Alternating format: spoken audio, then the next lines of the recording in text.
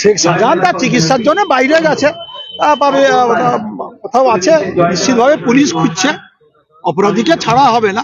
তার বিরুদ্ধে যখন অভিযোগ এসেছে, নিশ্চিত পুলিশ প্রশাসন তাকে খুঁজে পাচ্ছে না, বাইরে কোথাও হয়তো চিকিৎসার জন্য গেছে, নাহলে পুলিশ প্রশাসন চুপচাপ বসে নেই। কি হয়েছে? সে অসুস্থ ছিলেন, চিকিৎসার জন্য বাইরে গেছে। কোথায় যেতে পারে না, সেটা আমি জানি না, নিশ্চিতভাবে আমাদের পশ্চিমবঙ্গের মধ্যে নেই, বাইরে কোথাও গেছে চিকিৎসার জন্য। পশ্চিমবঙ্গের মধ্যে থাকলে পুলিশ নিশ্চিত ধরে নেবে।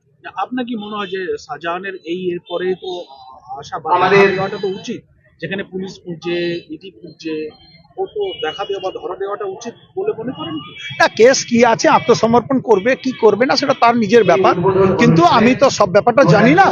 আত্মসমর্পণ কেন করতেই বলবো, আর আমি সব ব্যাপারটা জানি না, কিন্তু আমার মনে হয়েছে যে সব